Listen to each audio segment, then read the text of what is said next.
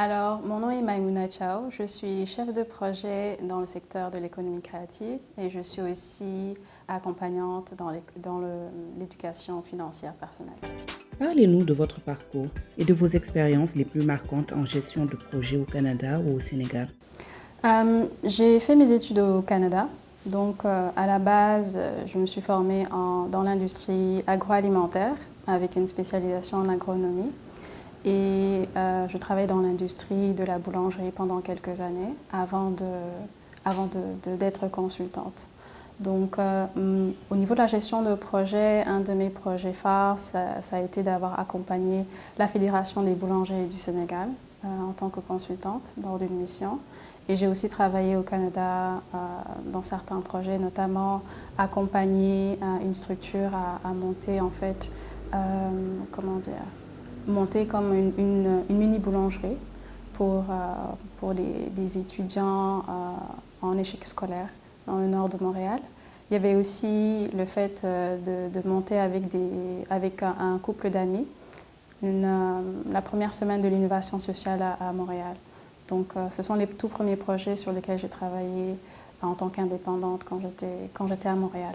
Ici au Sénégal, une fois à mon retour, j'ai monté mon entreprise, ma première entreprise, qui est une entreprise cosmétique.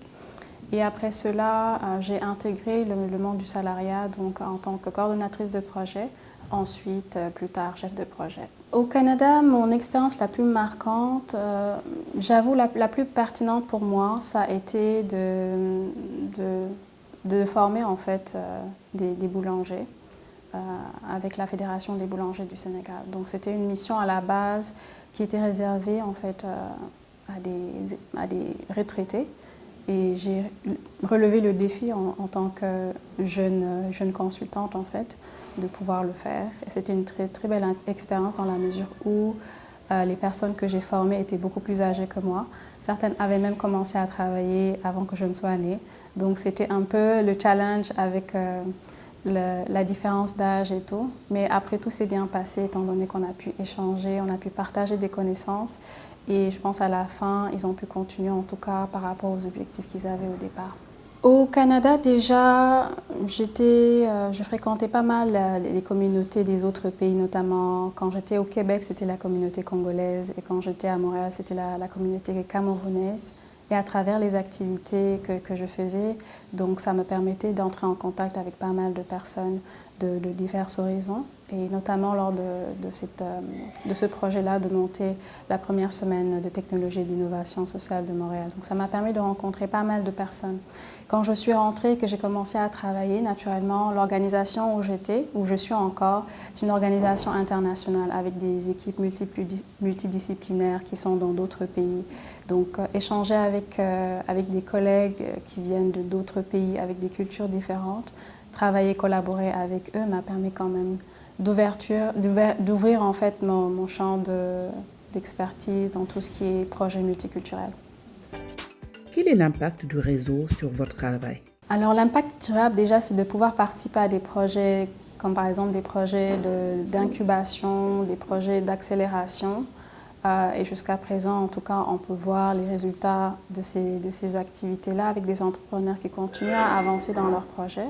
Déjà au tout début, quand j'étais coordonnatrice, j'ai pu participer à des programmes de formation où on a eu l'occasion, en tout cas, sur 3 ans, je pense, de former plus de 200 entrepreneurs et de voir certains actuellement qui continuent à avancer dans leurs projets ou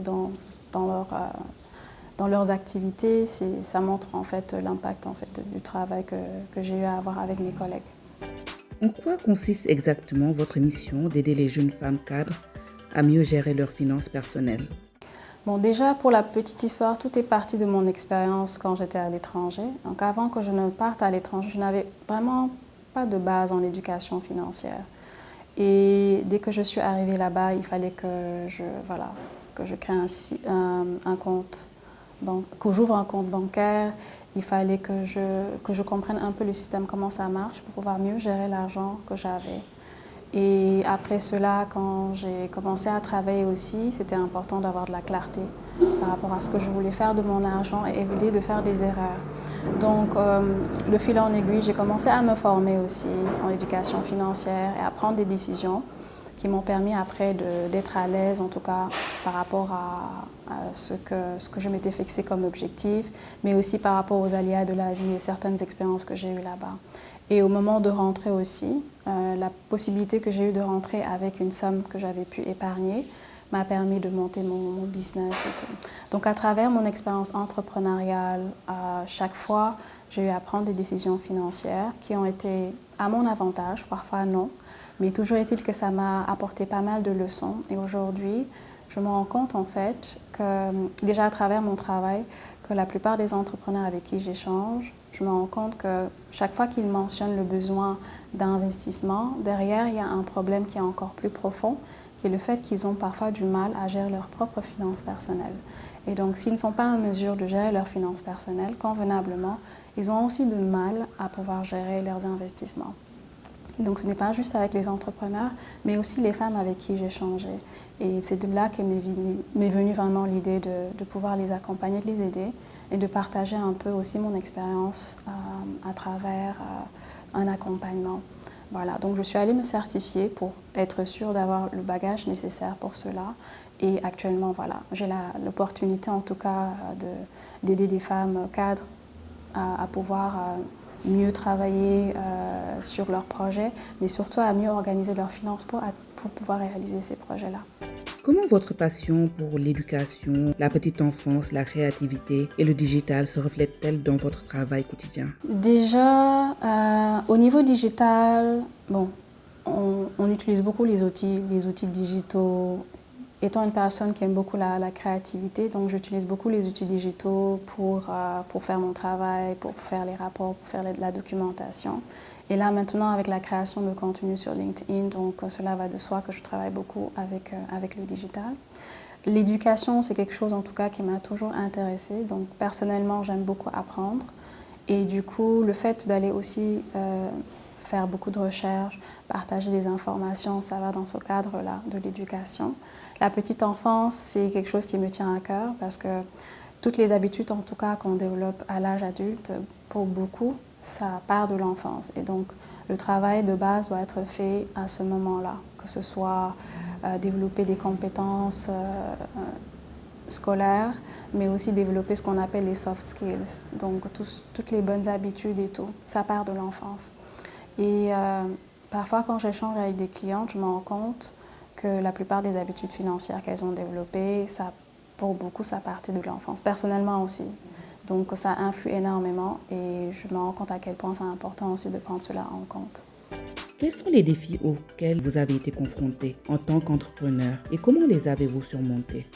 Déjà, quand je suis arrivée, je suis venue avec cette mentalité d'une personne qui a vécu à l'étranger, avec une façon de voir, voilà, comme quelqu'un qui vit à l'étranger, alors que la réalité ici était totalement différente. Donc je suis venue, voilà, avec peut-être cette fausse idée de révolutionner le secteur où j'étais en train de m'établir. Et j'étais confrontée à ce moment-là à la réalité du terrain. Donc de partir voir des potentiels partenaires et souvent d'avoir des questions du genre est-ce que vous êtes marié ou bien les gens me demandent pourquoi est-ce que tu es rentré. Donc il y avait pas mal de blocages aussi. Le manque de connaissance de la fiscalité. Donc c'est quelque chose qui n'est pas très diffusé ici. Et il m'a fallu faire des erreurs et me faire accompagner pour comprendre quelles étaient les subtilités de tout ce qui était lié à l'environnement entrepreneurial ici. Mais maintenant, ça va. Je pense qu'après quelques années, on finit par comprendre un peu en faisant des erreurs et on continue à s'ajuster. Comment voyez-vous votre rôle évoluer dans les années à venir, notamment dans les domaines de l'entrepreneuriat? Je souhaiterais en tout cas travailler un peu plus sur des projets éducatifs, notamment liés aux enfants, pour les aider à développer du moins toutes ces compétences-là que j'ai évoquées, incluant bien entendu la finance personnelle pour prendre de meilleures décisions financières, être un peu plus à l'aise aussi par rapport à certaines décisions qu'ils peuvent prendre dans d'autres domaines. Donc vraiment, voilà, m'aligner à cela, je l'espère. Mais pour le moment, c'est de pouvoir accompagner les femmes cadres à être à l'aise avec leurs finances pour pouvoir réaliser leurs projets plus tard et sans affecter leur qualité de vie.